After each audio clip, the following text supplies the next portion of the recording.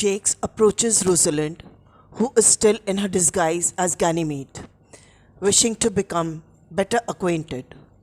Rosalind criticizes Jakes for the extremity of his melancholy. When Jakes claims that it's good to be sad and say nothing, Rosalind compares such activity to being post. Jakes defends himself, outlining for Rosalind the unique composition of his sadness, but Rosalind gets the better of him and he departs. Orlando arrives an hour later for his lesson in love. As agreed, he addresses Ganymede as if the young man were his beloved Rosalind and asks her to forgive his tardiness. Rosalind refuses, insisting that a true lover could not bear to squander a part of the thousandth part of a minute in the affairs of love. She goes on to suggest that Orlando's love is worse than a snail's, for though a snail comes slowly, he carries his house on his back. Eventually, though, Rosalind relents and invites Orlando to woo her. The lesson begins. When he says that he desires to kiss her before speaking, she suggests that he save his kiss for the moment when conversation lags.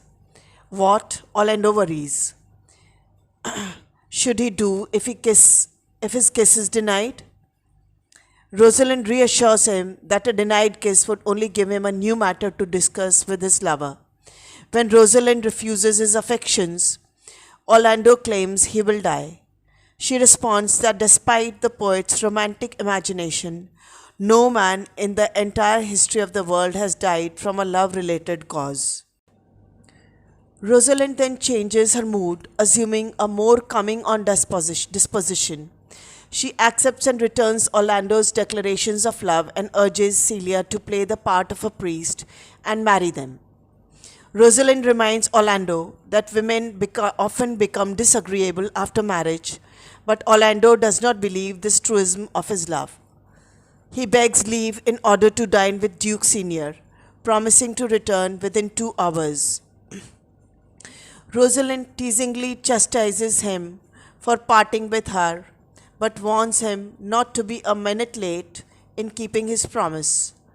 After Orlando departs, Celia berates Rosalind for so badly characterizing the female sex. Rosalind responds by exclaiming how vast her love for Orlando has grown.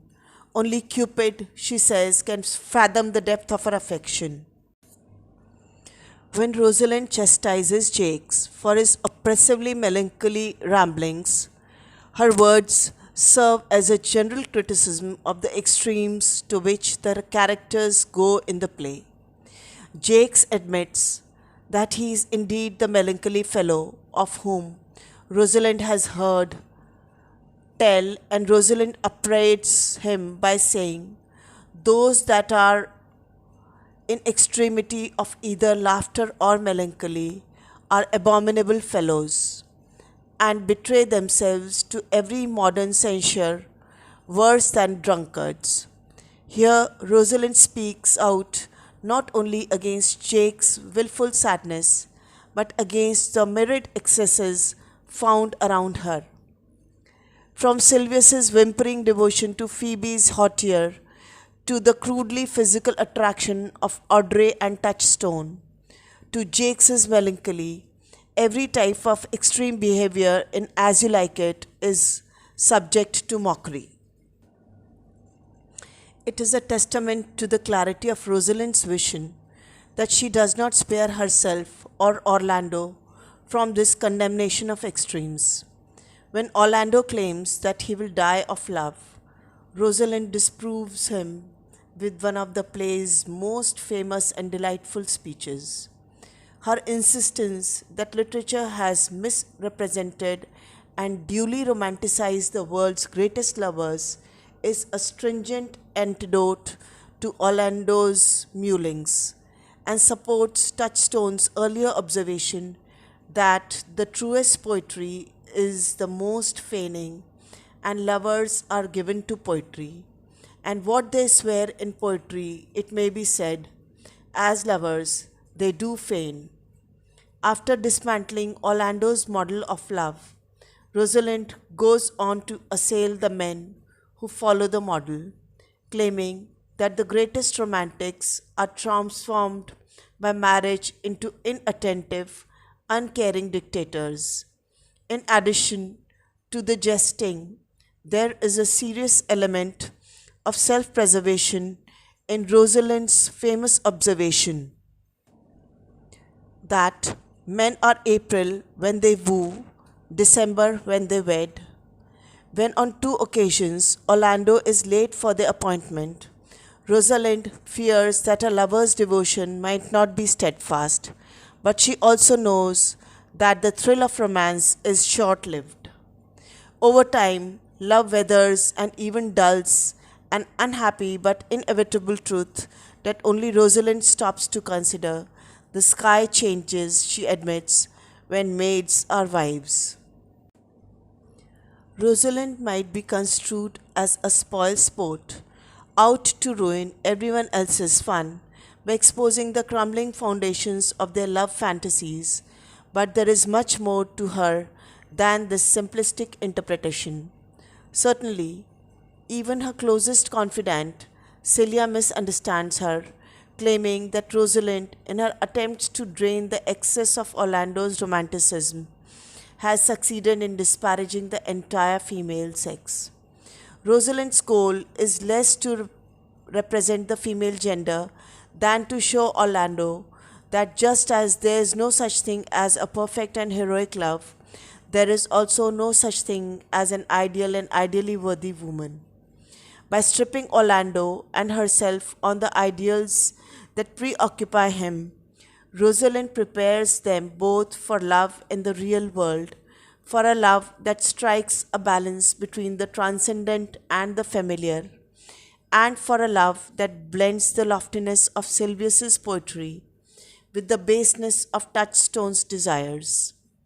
Thus, Rosalind's attacks on Orlando's idea of love are not an attack on love itself. After all, Rosalind herself is clearly and deeply in love. Her attempts to furnish Orlando with a more realistic understanding of love are a means of ensuring that their relationship will thrive in a world less enchanted than Arden. Duke Senior's lords have killed a deer in their hunt, and Jakes proposes they should present the hunter who took it down to Duke Senior like a Roman conqueror with the deer's horns on his head as a sign of victory. He begs a song from one of the lords who obliges him. What shall he have that killed the deer? The man sings. His leather skin and horns to wear is the answer. The song advises that one should not be ashamed to wear the horns, for they've been worn for many generations before. The horn is not a thing to laugh to scorn, the song proclaims in its final line. This scene serves as a pastoral interlude to entertain the audience rather than progressing the plot or revealing important information about the characters. Jakes thinks presenting the hunter as a conqueror wearing the deer's horn will amuse Duke Senior, nothing more, and he asks for a song to lighten the load of carrying the deer back to camp. The song has its theme, the deer's horns, which are a symbol for cuckoldry. This alludes to the overall theme of love and marriage in the play, illustrating one more aspect of love that was a common belief of the time, that every man will be cheated on by his wife, and therefore there is no shame in it since it is a universal condition. Rosalind and Celia, still in disguise, briefly discuss Orlando's tardiness. 2 hours have passed, and he has not returned. As promised, to resume his love lessons, Sylvius interrupts in order to deliver a letter to Ganymede. It is from Phoebe, and after he turns it over, Silvius warns the disguised Rosalind that its tone is harsh. Phoebe, he admits, looked very angry when she penned it. Rosalind scans the letter and reports that Phoebe judges Ganymede to be a young man without looks or manners. She then accuses Silvius of writing the letter himself, which he vehemently denies. Rosalind asserts that no woman could have written such a rude and defiant letter. To prove herself, she reads the letter aloud, but it turns out to be full of unabashedly romantic declarations, comparing Ganymede to a god who has destroyed Phoebe's heart. Baffled, Silvius asks if this language is what Ganymede calls chiding. Celia offers her pity to the shepherd, but Rosalind says she deserves none for loving such a woman as Phoebe. She sends Silvius back to Phoebe with the message that Ganymede will never love Phoebe unless Phoebe loves Silvius. As Silvius leaves, Oliver enters. He asks for directions to Ganymede and Eleanor's cottage. Then, looking over the pair, who are still in disguise, he asks if they are the brother and sister who own that property. When they admit that they are, Oliver remarks that his brother Orlando's description of the pair was very accurate.